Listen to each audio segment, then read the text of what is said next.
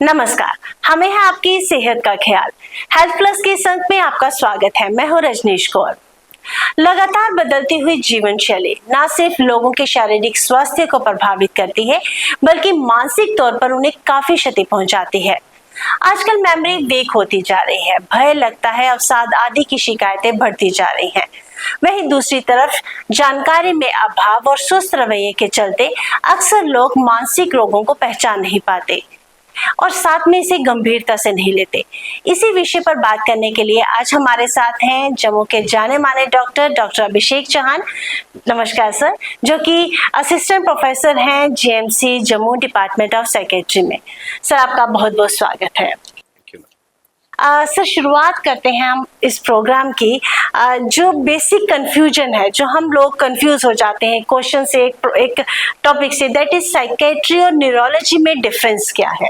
Ma'am, neurology जो है it's a medical, ये एक मेडिकल फील्ड है जो कि डील करती है ब्रेन के कुछ ऐसे डिसऑर्डर में जहाँ पर ब्रेन के स्ट्रक्चर में कुछ प्रॉब्लम आए, या ब्रेन के जो नाड़ी तंत्र होता है, जैसे कि जिससे कि हम ब्रेन से सिग्नल भेज के अपने आर्म्स कंट्रोल करते हैं, लेग कंट्रोल करते हैं, हमारी सेंसरी सिस्टम या हमारा मोटर सिस्टम बोला जाता है। मैं आपको एग्जांपल दूं तो जैसे कि अगर किसी को कोई स्ट्रोक हुआ है ब्रेन में, अगर ब्रेन में किसी को कोई ट्यूमर के कारण कुछ प्रॉब्लम्स आ रही हैं, या किसी को मिर्गी की शिकायत है, तो इस तरह के केसेस जो है वो न्यूरोलॉजिस्ट डील करता है, जिसमें कि ब्रेन के स्ट्रक्चर में कुछ ऐसी प्रॉब्लम है जो कि एमआरआई या ब्रेन के अंदर डिटेक्ट हो रही है। साइकोलॉजी या साइकेट्री की जब हम बात करें, psychiatry is a medical field, psychology is a science. Psychiatry deal करता है इंसान के बिहेवियर, उसके थॉट्स, उसकी पर्सनैलिटी, इससे जो उभर कर कुछ डिसऑर्डर सामने आते हैं उनकी ट्रीटमेंट में। ज़्यादातर ऐसे डिसऑर्डर्स में ब्रेन में कोई भी किसी भी तरह की डायग्नोजेबल कुछ एमआरआई, सीटी स्कैन या कुछ ब्लड टेस्ट, ऐसे डिसऑर्डर्स, ऐसे टेस्ट में कुछ फाइंडिंग्स नहीं आती हैं।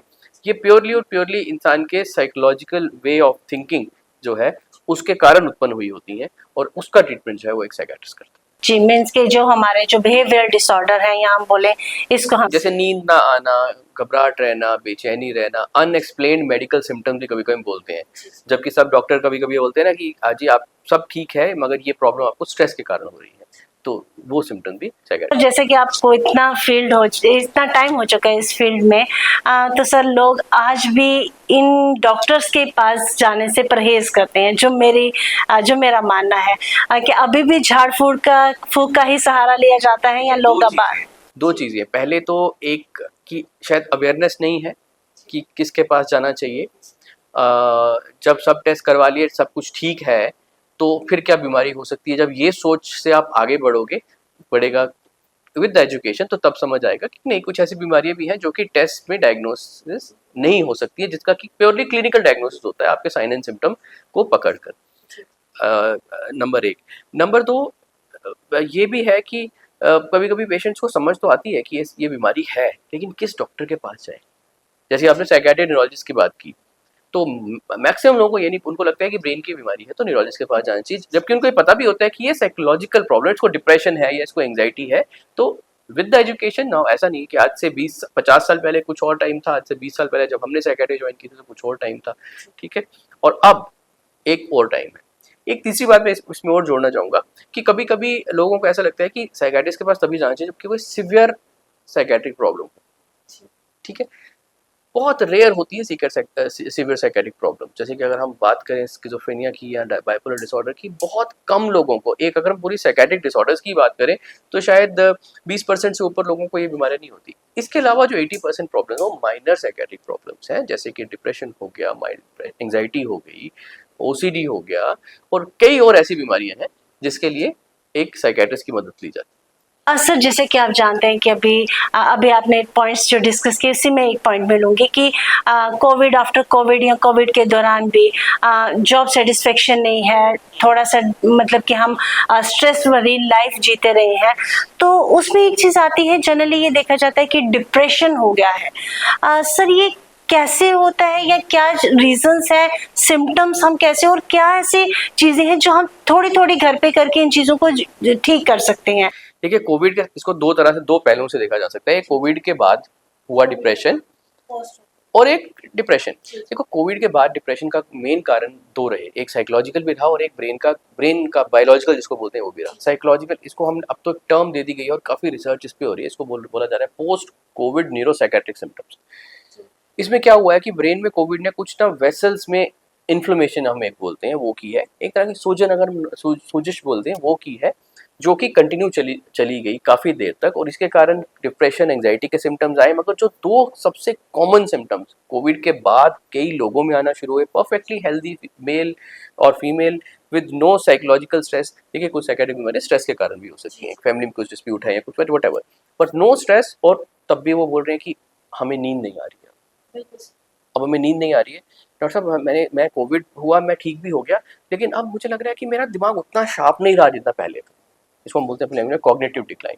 ये दो सबसे कॉमन सिम्टम उभर के सामने आए हैं पोस्ट कोविड उन लोगों को जिनको कोविड हुआ।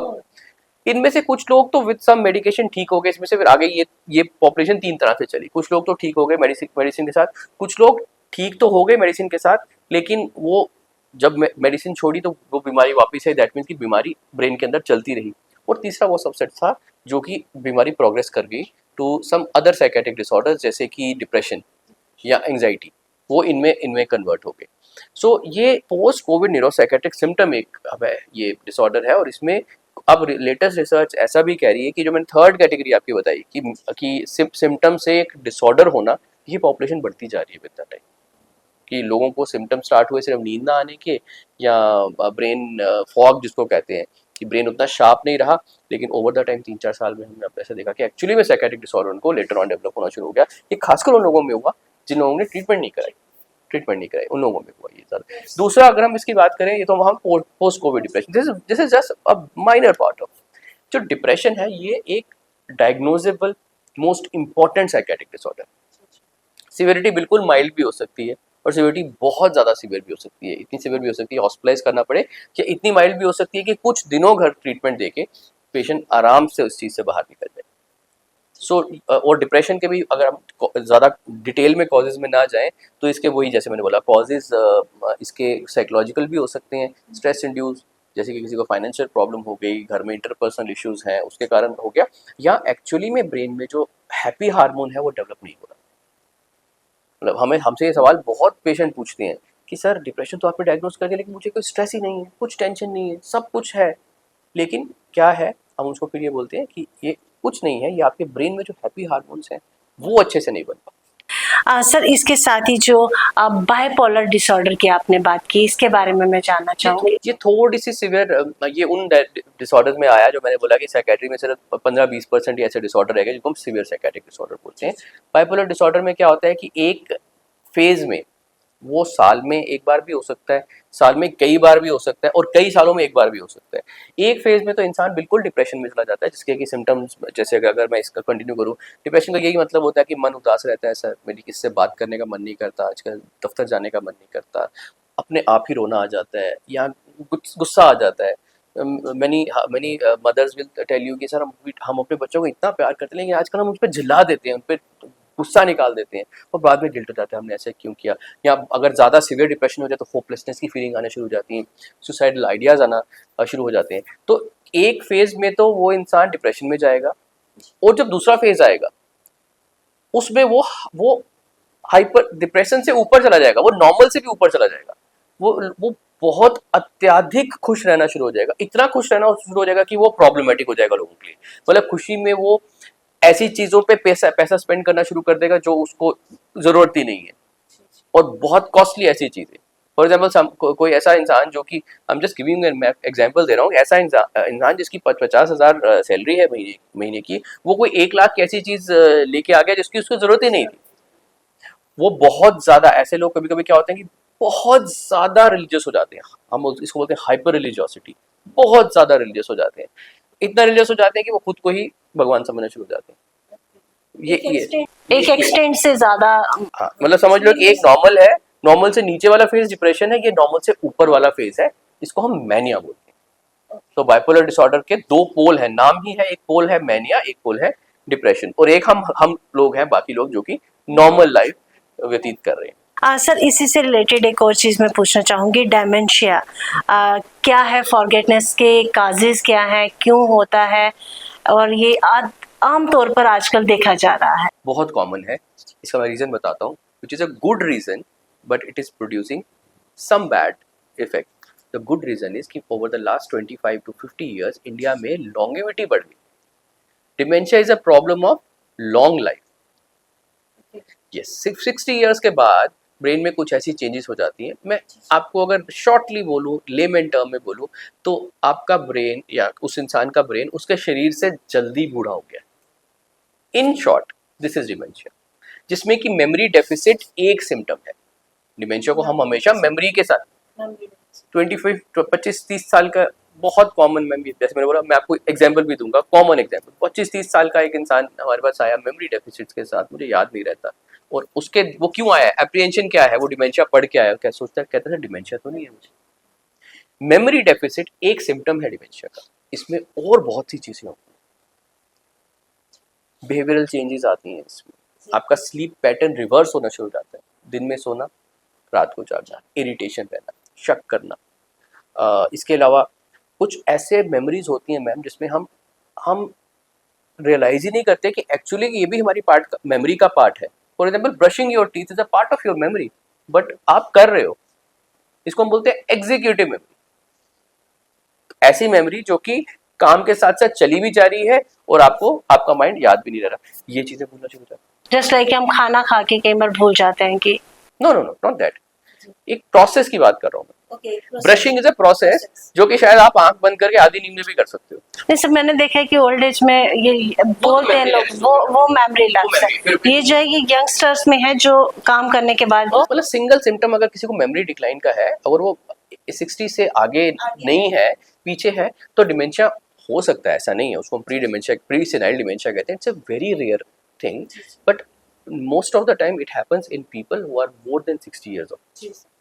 So it's a problem of old age. Sir इसके साथ ही स्किज़ोफ्रेनिया के बारे में मैं जानना चाहूंगी, ये term. Schizophrenia is one, schizophrenia again उन 20% डिसऑर्डर्स में से आता है जिनको हम सिवियर और सीरियस साइकेट्रिक डिसऑर्डर बोलते हैं। It's one of the severest psychiatric disorder, severest, but with advance of early diagnosis, क्योंकि लोगों में अवेयरनेस आ गई है, and with the advent of very good medications, इसकी जो प्रेवलेंस भी थोड़ी कम हुई है, मगर इसकी जो ट्रीटमेंट है वो बड़ी सक्सेसफुल है प्रॉपर टाइम पे। मगर इसमें एक चीज़ है स्किज़ोफ्रेनिया में, प्रॉपर टाइम पे ट्रीटमेंट मिलना चाहिए। होता क्या है, हाँ होता क्या है स्किज़ोफ्रेनिया में, एक तरह से स्किज़ोफ्रेनिया हमारे थॉट्स की प्रॉब्लम है और हमारे परसेप्शन की प्रॉब्लम। परसेप्शन मतलब कि देखो, हमारी 5 सेंसेस हैं, हम देख रहे हैं, हम सुन रहे हैं, हम सूंघ सकते हैं, हम टेस्ट कर सकते हैं, ये एक तो उन सेंसेस की प्रॉब्लम है, और एक हमारे थॉट पैटर्न की प्रॉब्लम है। थॉट पैटर्न में इसमें क्या होता है, थॉट पैटर्न में इस पे डिल्यूजन होना शुरू हो जाता है। डिल्यूजन मतलब कि इंसान उन बातों को सच मानना शुरू हो जाता है जो एक्चुअली में नहीं है सच, और अगर वो आप एविडेंस भी दो तभी भी वो नहीं मानते। हमें भी हो जाता है कभी कभी हमें मिसकंसेप्शन हो जाती है, हम गलत बातों को सच मानना शुरू होता है, कोई हमें एविडेंस देगा, हम मान लेते हैं कि ठीक है, आप तुम ठीक बोल रहे हो। मगर पर्सन जो कि डिल्यूजन जिसको हो गया है, अब उसको एविडेंस भी दोगे तो वो अपनी बात से हटेगा नहीं। हो सकता है वो आप पे अगेंस्ट हो जाए कि नहीं, तुम लगता है कि मेरे दुश्मनों से तुम मिले हुए हो तभी ऐसे कर रहे हो। वन, दूसरा इसका इंपॉर्टेंट सिम्टम है हेलुसिनेशंस। जो हमने बात की सेंसेस की, परसेप्शन की, उसकी सेंसेस में उसको वो चीजें दिखाई देना या सुनाई देना शुरू हो जाती हैं जो कि एक्चुअली में प्रेजेंट नहीं है। वो लोग तो मेरे खिलाफ बात कर रहे हैं, आपको सुनाई नहीं देता तो मत है। या कभी कभी इतना सीवियर हो जाता है कि वो वहम जो है वो ऐसा वहम हो जाता है कि क्यों सुनाई नहीं देती आपको, जी मेरे माइंड में तो किसी ने माइक्रो ट्रांसमीटर फिट कर दिया। बट मैम ये ना बहुत सीवियर साइकेट्रिक डिसऑर्डर। सर इसमें ये भी होता है कि मैंने जो सुना है, जो एज पर माई इंफॉर्मेशन की, आपको लगता है कि वो आपको मारने के लिए आ रहा है। हाँ यस, डिल्यूजन ऑफ, अलग अलग तरह के डिल्यूजन होते हैं ना, वहम अलग अलग तरह के हो सकते हैं। एक वहम ये भी हो सकता है, इसको डिल्यूजन ऑफ परसिक्यूशन बोलते हैं, कि वो लोग मुझे हार्म पहुंचाना चाहते हैं, मुझे किसी तरह से हार्म पहुंचाना चाहते हैं, मेरे प्रेस्टीज को हार्म पहुंचाना चाहते हैं, मुझे फिजिकल हार्म पहुंचाना चाहते हैं। मगर मैं स्किज़ोफ्रेनिया को इतनी इंपॉर्टेंस नहीं दूंगा, क्योंकि ये वो टाइम था जब साइकियाट्रिस्ट को स्किज़ोफ्रेनिया के लिए जाना जाता था। आजकल स्किज़ोफ्रेनिया एक छोटा सा पार्ट रह गया है साइकियाट्रिस्ट की प्रैक्टिस का, जो कि शायद अगर कोई साइकियाट्रिस्ट एक दिन में 100% पेशेंट देख रहा है तो उसमें से 2 या 3% पेशेंट स्किज़ोफ्रेनिया के होंगे। 1 या 2% या may be 5% patient bipolar disorder के होंगे। बाकी जो पेशेंट्स हैं वो इंपॉर्टेंट है हमें, क्योंकि वो लोग हैं जिनको हम साइकेट्रिक ट्रीटमेंट के साथ प्रोडक्टिव बना सकते हैं। Minor psychiatric disorder, anxiety, depression, जिसके लिए मोस्टली ये या तो अनडायग्नोज रह जाते हैं या because of their lack of awareness ये गलत जगह चले जाते हैं, जहां पर वो मिसडायग्नोज हो जाएंगे किसी और चीज के। सर ये इजीली डायग्नोज होते हैं या कोई प्रोसेस फॉलो करना पड़ता है हमें, या हम इसको देखो, इनफैक्ट एक आम जनता भी इसको इजीली डायग्नोज कर सकती है और इनफैक्ट कर रही है। जैसे जैसे लोगों में अवेयरनेस आ रही है, लोग कर रहे हैं। लोग खुद आज से 20 साल पहले हमारे जो टीचर्स थे हमें बताते थे कि एंजाइटी, डिप्रेशन साइकेट्रिस्ट के पास बहुत रेयरली आते हैं क्योंकि लोगों में अवेयरनेस नहीं है। आज हम खुद देखते हैं कि लोग खुद आते हैं कि सर हमें एंजाइटी, वहीं से बोलते हैं कि हमें एंजाइटी हो रही है। हमें पूछना पड़ता है बताओ हो क्या रहा है। इसलिए यही जानना चाहूंगी, सॉरी आपको इंटरप्ट कर रही हूँ, कि एंजाइटी ये वर्ड मैक्सिमम लोगों ने, मैंने सुना है, बोलते हैं एंजाइटी हो रही है, एंजाइटी है, हाँ कॉमन है, लेकिन एक्चुअल में एंजाइटी किस, हम कैसे ऑब्जर्व कर सकते हैं खुद को अगर हमें जज करना हो?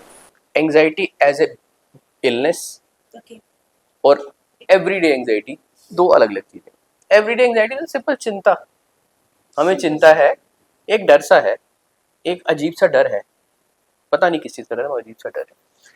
मैं आपको मेरे सिम्टम बताता हूँ, मैं बताता हूँ इसको बीमारी कब कहेंगे, ठीक है। आप एंजाइटी हमारी एक प्राइमल सर्वाइवर इंस्टिंक्ट है। अगर हमें एंजाइटी नहीं होती, हमारे अर्ली मैन को एंजाइटी किस चीज़ की थी उसको, कि खाना नहीं मिलेगा तो आई विल डाई, ठीक है ना, तो वो फूड की थी। और किसकी एंजाइटी थी? फाइट, और जिसको फाइट कि हमने तैयार रहना है कि कोई हम पे हमला ना करे, that is why they develop tools and all those things. आज भी ये नॉर्मल एंजाइटी है। एक बच्चे को जो कि इसका कि एग्जाम है 1 महीने बाद, अगर उसको एंजाइटी नहीं होगी वो क्यों पढ़ेगा? प्रॉब्लम कहाँ आती है? जब ये एंजाइटी का ना एक बेल शेप कर्व है। प्रॉब्लम कब आती है? जैसे जैसे एंजाइटी बढ़ती है आपकी परफॉर्मेंस बढ़ती जाती है, मगर एक लेवल के बाद क्या आता है, जैसे एंजाइटी बढ़ती है आपकी परफॉर्मेंस नीचे आती जाती है। जब आपकी परफॉर्मेंस, चाहे वो एवरीडे परफॉर्मेंस हो, चाहे वो स्कूल की परफॉर्मेंस हो, चाहे वो ऑक्यूपेशनल की परफॉर्मेंस हो, चाहे आपकी फैमिली परफॉर्मेंस हो, चाहे आपकी फाइनेंशियल परफॉर्मेंस हो, अगर वो परफॉर्मेंस एंजाइटी की वजह से नीचे आ रही है, अब हम कहेंगे ये डिसऑर्डर है, ये बीमारी है, अब इसको एंजाइटी डिसऑर्डर। सर इसके साथ एक और चीज, ओसीडी, जो आजकल में मैक्सिमम सभी से होते हैं कि हमें ओसीडी है इस चीज की, एक्चुअल में ये क्या है? अगेन ओसीडी को भी हम mild to moderate psychiatric disorder में ही मानेंगे, वेरी कॉमन साइकेट्रिक डिसऑर्डर। इसमें इंसान को, वहां पर हमने स्किज़ोफ्रेनिया में बात की शक की, और ऐसा शक जो कि अनशेकेबल है, आप उसको एविडेंस दोगे वो तब भी नहीं मानेगा। यहाँ पर एक इंसान की है वहम की बीमारी। OCD means obsessive compulsive disorder. इसमें वहम हो जाता है, जैसे कि किसी इंसान को वहम हो गया कि मेरे हाथ गंदे हैं, एक बार धोया, थोड़ी देर बाद आया अभी भी गंदे, दूसरी बार धो, एक बार आया अभी भी गंदे। वो कहता है कि सर मैं एक बार हाथ धोना शुरू करता हूँ तो मैं आधे घंटे में कम से कम 20 बार हाथ धो देता हूँ। सर देखिए मेरे हाथ साबुन से धो के घिस गए। This is disorder. कई और भी टाइप्स होते हैं इसके, बेडशीट बार बार सेट करना, हाँ, परफेक्शन या डाउट्स के होते हैं, जैसे कि मेरे माइंड में एक बार आता है रात को, हर सर मैं बहुत परेशान हूँ, रात को मैं 3 घंटा वेस्ट करती हूँ इसके लिए नींद में, क्यों? मेरे को डाउट हो जाता है कि गैस बंद नहीं हुई। मैं गैस चेक करने जाती हूँ, या नॉब्स कुंडी में अच्छे से लगाई, मैं चेक करने जाती हूँ, 5 मिनट बाद फिर से मैं कम से कम 1 से 1.5 घंटा लगा देती हूँ इसमें। मैं बहुत डिस्टर्ब हूँ, एंड आई नो कि ऐसा नहीं है। मेरा दिमाग कहता है कि यार अभी तो तुम करके आए हो, अभी तो तुम हाथ धो के आए हो, साफ है हाथ, अभी तो तुम लगा के आए हो, बंद है वो, लेकिन फिर भी मेरा माइंड चेक करने को करता है। ऑब्सेसिव कंपल्सिव डिसऑर्डर मतलब ये जो थॉट आया इसको हम बोलते हैं ऑब्सेशन, और इस थॉट के कारण उसको, जब तक वो इंसान वो चीज करने लगेगा उसको बेचैनी रहेगी। वो बेचैनी कम करने के जब वो एक्शन करेगा, चाहे वो गैस चेक की, हाथ धो लिया, उसको हम कंपल्सिव बोलते हैं। So this is called as obsessive compulsive disorder. Very easy to treat. Obsessive compulsive disorder उन कुछ साइकेट्रिक डिसऑर्डर्स में से है जिसमें, देखिए मैं थोड़ा आगे जा रहा हूँ बट इंपॉर्टेंट यहाँ पर है, साइकेट्रिक की ट्रीटमेंट मेडिसिन से भी होती है और काउंसलिंग से भी होती है। बिकॉज मेडिसिन आजकल इतनी इफेक्टिव आ गई हैं, इतनी सेफ आ गई हैं, इतनी क्विकली एक्टिंग आ गई हैं कि मेन स्टे अब साइकेट्री में मेडिसिन नहीं ले लिया, and they are non addictive also. वो उनकी ऐसी डिपेंडेंस भी नहीं होती है, अगर आप कोर्स करके वो छोड़ना चाहो तो छोड़ सकते हो। तो बट ओसीडी एक ऐसा डिसऑर्डर है, one of the few disorders जिसमें हम मेडिसिन के साथ साथ काउंसलिंग के लिए भी एडवाइस करते हैं, या काउंसलिंग तो मेरा एक ये लेमैन टर्म हो गया, साइकोथेरेपी बोलते हैं इसको एक स्पेशलाइज्ड फॉर्म ऑफ काउंसलिंग, जिसको साइकोथेरेपी बोलते हैं। हम साइकोथेरेपी भी एडवाइस करते हैं कि आपको ये भी करवानी चाहिए उसी। सर, जब आपने बात की, अभी हमने ड्रग्स की बात की, तो जनरली ड्रग एडिक्ट हो जाते हैं लोग कि मुझे नींद नहीं आ रही तो मैंने नींद की टेबलेट ले ली। तो ये इसको हम दूर किस तरीके से, ये भी एक साइकोलॉजिकल डिसऑर्डर ही कंसीडर करेंगे या नहीं? देखिए, नींद प्रॉब्लम कहाँ आती है कि नींद ना आना बीमारी नहीं है, वो एक सिम्टम है, वो एक लक्षण है। स्लीपिंग पिल से आपकी नींद ठीक हो जाएगी, आपकी बीमारी ठीक नहीं होगी अंदर से। नींद नहीं आने के कई कारण हो सकते हैं ना, वो डिप्रेशन में भी हो सकता है सॉरी वो एंजाइटी में भी हो सकता है, मैंने ओसीडी की एग्जांपल दी, उसमें भी हो सकता है। मैंने अगर सीवियर साइकियाट्रिक डिसऑर्डर में चले जाएं, वो तो आप अदरवाइज भी डायग्नोस हो जाएंगे, स्किज़ोफ्रेनिया में भी हो सकता है, बाइपोलर में भी हो सकता है। कई साइकियाट्रिक डिसऑर्डर्स हैं, जनरलाइज्ड एंजाइटी डिसऑर्डर, कई साइकियाट्रिक डिसऑर्डर्स हैं जिनमें आपको पैनिक डिसऑर्डर है, जिसमें आपको नींद की दिक्कत आएगी। इंपॉर्टेंट क्या है? इंपॉर्टेंट है जड़ को खत्म करना, कि डायग्नोस कराना कि मुझे नींद क्यों नहीं आ रही है, और उस डिसऑर्डर को खत्म करना जिसके कारण आपको नींद नहीं आ रही है। अगर आप स्लीपिंग पिल्स लेंगे, स्लीपिंग पिल साइकियाट्रिस्ट, अगर आप साइकियाट्रिस्ट के पास जाएंगे, आई थिंक ही विल, कहने को तो वो उसकी दवाई है, लेकिन I think psychiatrist is the person जो कि स्लीपिंग पिल सबसे कम यूज करता है, क्योंकि he want to treat the underlying disorder. Sleeping pill की प्रॉब्लम क्या, आपने नींद की दवाई खाई, आपका अंदर का डिसऑर्डर तो ठीक नहीं हुआ, कल भी खाई, परसों भी खाई, 4 महीने खाओगे तब भी अंदर का डिसऑर्डर ठीक नहीं हुआ, तब तक क्या होगा? तब तक आप उसमें डिपेंडेंट हो जाओगे। Sleeping pills are medicine, one of the safest medicine available in medicine, but अगर आप मेडिकल केयर में नहीं खाओगे तो they have a potential to get you yourself dependent on it, आप डिपेंड हो जाओगे। सर, इसके साथ ही अल्कोहल एडिक्शन, ये तो बहुत कॉमन और बहुत स्वेयर है, और आपका तो मैं आप जानते हैं कि आपने इस फील्ड में बहुत काम किया है, तो इसमें हम किस तरीके से लोगों को बचा सकते हैं, कैसे उनको हम मोटिवेट करके दूसरी डायरेक्शन में, क्योंकि उनके लिए मेडिसिन तो इतनी अवेलेबल नहीं है। ड्रग एडिक्शन में ट्रीटमेंट जो है ना, यहाँ पर भी एक अगेन वही बात मैं करूँगा काउंसलिंग की। ट्रीटमेंट होने के बाद ड्रग एडिक्शन में सबसे बड़ी प्रॉब्लम क्या होती है कि बहुत जल्दी वापस उस नशे में लोग जा सकते हैं। अगर डिफरेंट अलग अलग सब्सटेंसेस की बात करें, अलग अलग नशों की बात करें, तो इसको हम रिलैप्स बोलते हैं। रिलैप्स मतलब नशा छोड़ चुका है, फिर या महीने के बाद या 6 महीने के बाद या साल के बाद फिर से वही नशा करना शुरू, इसको हम रिलैप्स बोलते हैं। रिलैप्स रेट, अगर हम डिफरेंट सब्सटेंसेस की बात करें, चाहे वो अल्कोहल हो गया, चाहे वो चरस गांजा हो गया, चाहे वो अफीम हो गया, चाहे वो हार्डर जैसे हेरोइन हो गया, it ranges from as high as 50% to 95%। 50% से 95% लोग ट्रीटमेंट के बाद वापस उस नशे में जा सकते हैं। ये जो टाइम है ना, जब वो छोड़ चुके होते हैं, यहाँ पर फिर हमें उनकी काउंसलिंग करनी होती है। अगर हमें लगे कि ये रिस्क है इसको, वैसे तो सबकी करनी चाहिए, मगर हमें लगे ये ज़्यादा रिस्क में है, तो तब हम उनकी काउंसलिंग करते हैं कि ये इंसान नशा छोड़ने के बाद वापस ना जाए। इसको हम बोलते हैं रिलैप्स प्रिवेंशन थेरेपी। ये भी स्पेशलिस्ट टाइप ऑफ साइकोथेरेपी होती है, काउंसलिंग टाइप की, रिलैप्स प्रिवेंशन थेरेपी। बाकी इनिशियली ट्रीटमेंट का तो सबका प्रोसेस ऑलमोस्ट प्रिंसिपल सेम है। हाँ, किसी भी नशे से आपको छुड़ाना हो तो नशा छोड़ने के बाद जो थोड़ी तकलीफ आती है, आप मेडिसिन से वो एडजस्ट कर दो। जैसे अल्कोहल की आपने बात की, तो अल्कोहल छोड़ने के बाद घबराहट होना शुरू हो सकती है, नींद नहीं आती है।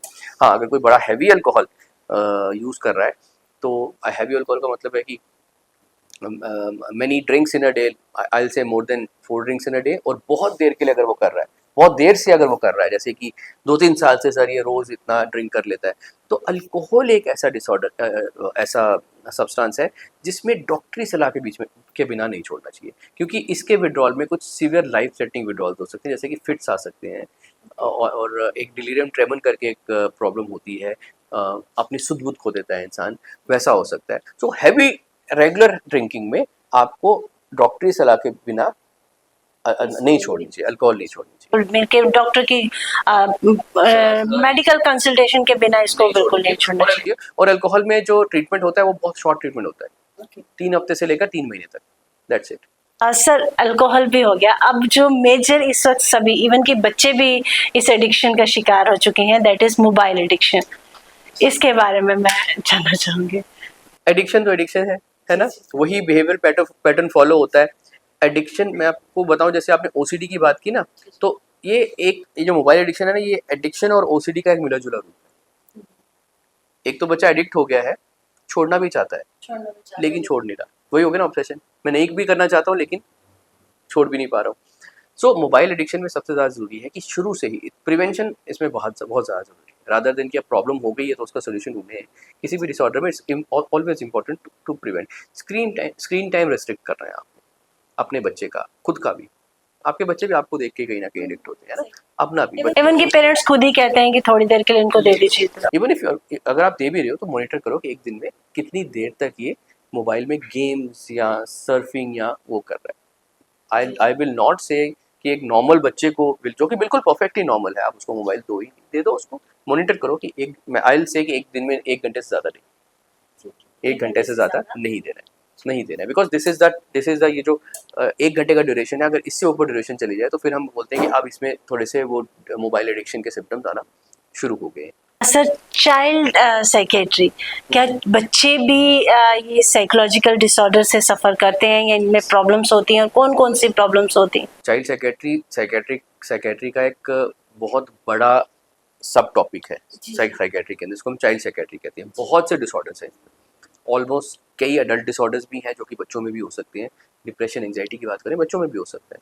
आप स्किज़ोफ्रेनिया की बात करो, बच्चों में भी हो सकता है। बाइपोलर डिसऑर्डर की बात करो, बच्चों में भी हो सकता है। मगर अगर हम एडल्ट डिसऑर्डर्स जो कि बच्चों में होते हैं, ये तो हमने डिस्कस की है, सेम ही सिम्टम आते हैं, ऑलमोस्ट सिमिलर सिम्टम आते हैं। अगर हम कुछ ऐसा डिसऑर्डर की बात करें जो कि स्पेसिफिक है बच्चों में और कॉमन है बच्चों में, तो उसमें 2 डिसऑर्डर आते हैं। एक को बोलते हैं ADHD, that is attention deficit hyperactivity disorder, और दूसरा है ऑटिज्म।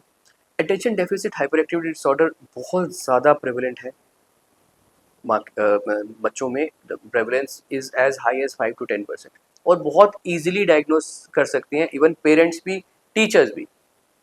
ये बच्चे बहुत ज़्यादा हाइपर एक्टिव होते हैं, एक जगह टिकते नहीं है। इससे क्या परेशानी आती है, ये जो टिकाव है वो आपको फिजिकली तो दिख जाएगा, मगर मेंटली भी उनका दिमाग एक चीज़ पे टिक नहीं रहा।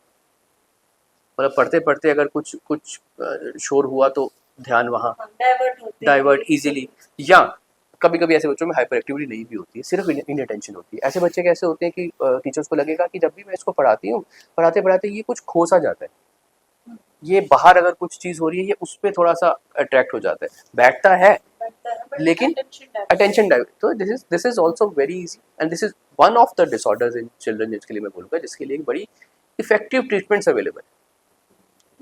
ADHD can be easily treated with medications as well as with counseling। बच्चों में हम दोनों चीज़ें यूज़ करते हैं। जो सेकंड डिसऑर्डर की मैंने बात की, जो ऑटिज्म है, स्लाइटली सिवियर डिसऑर्डर है, इसको हम न्यूरो डेवलपमेंटल डिसऑर्डर बोलते हैं। न्यूरो डेवलपमेंटल डिसऑर्डर का मतलब क्या है कि डेवलपमेंट ही बच्चे के ब्रेन की प्रॉपर डायरेक्शन में नहीं हुई, थोड़ी सी अलग डायरेक्शन में हुई है, जिसके कारण बच्चे की सोशल कम्युनिकेशन में, उसकी लैंग्वेज में, उसके बिहेवियर में रिपीटिशंस आना, इन सब में प्रॉब्लम्स आ जाती है। ये बच्चे मंदबुद्धि नहीं होते। मंदबुद्धि when we are talking of those people who are having learning disabilities या low IQ या mental retardation, जैसे पहले बोला जाता था। ये बच्चे, हाँ, इनमें से कुछ बच्चे हो सकते हैं, पर बच्चा child with true autism, he might look कि ये थोड़ा सा मुझे वैसा लग रहा है, मेंटली वीक लग रहा है, बट नहीं, दे आर वेरी शार्प।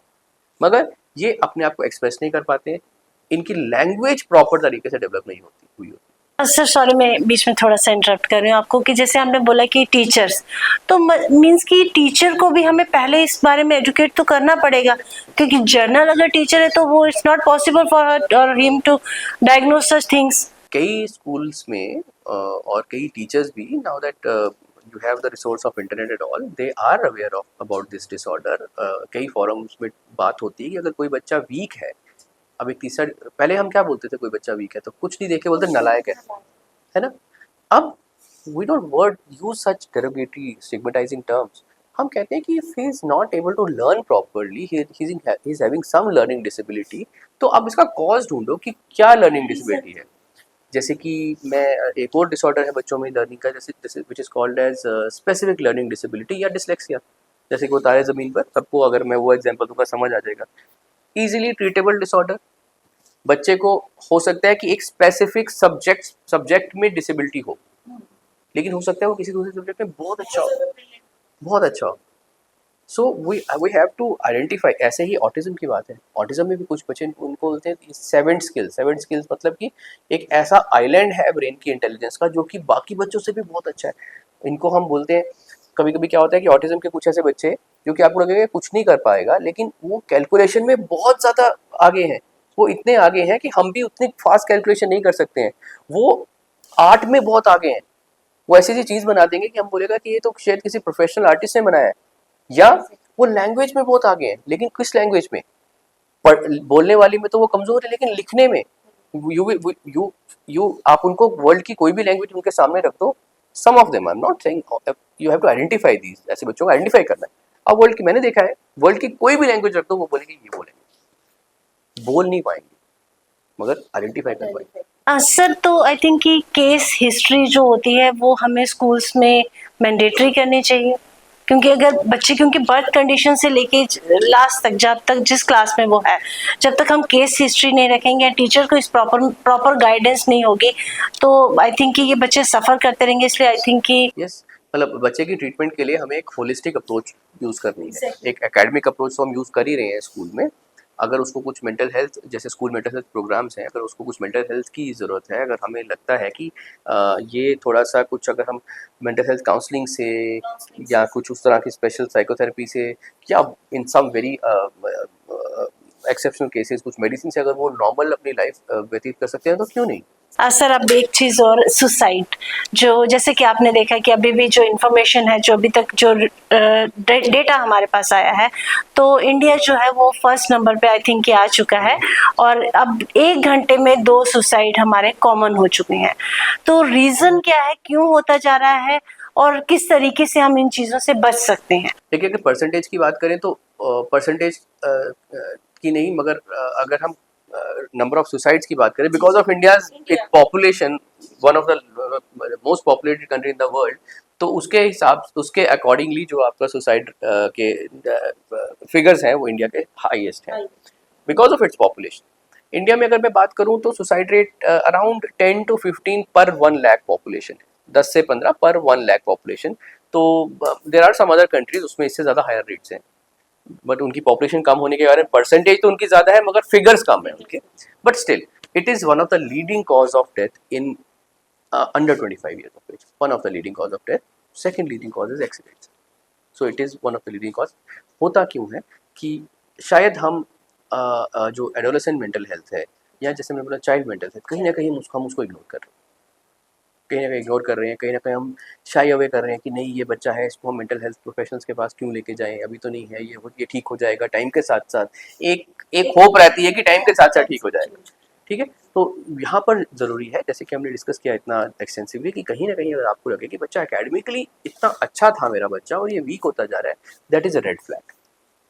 बहुत अच्छा बच्चा था, आज्ञाकारी बच्चा था, यह ज़िद्दी हो गया है पिछले 1-2 साल में, इतना ज़िद्दी हो गया कि माँ बाप को फिजिकली एंड वर्बली हार्म करने लगा है, that is a red flag and many such red flags. अगर आप इनको टाइम पे आइडेंटिफाई कर दोगे तो आगे जाके इन बच्चों में मेजर साइकेट्रिक डिसऑर्डर्स नहीं होंगे, जिनके कारण, जैसे कि depression, the leading cause of diagnosis in suicide cases is depression. अगर आप वो प्रिवेंट कर लोगे तो शायद सुसाइड भी प्रिवेंट कर सको। एंड अनफॉर्चुनेटली मैं आपको एक चीज़ बताता हूँ, suicide is one thing which can only be prevented, because once suicide has happened, nothing can be done.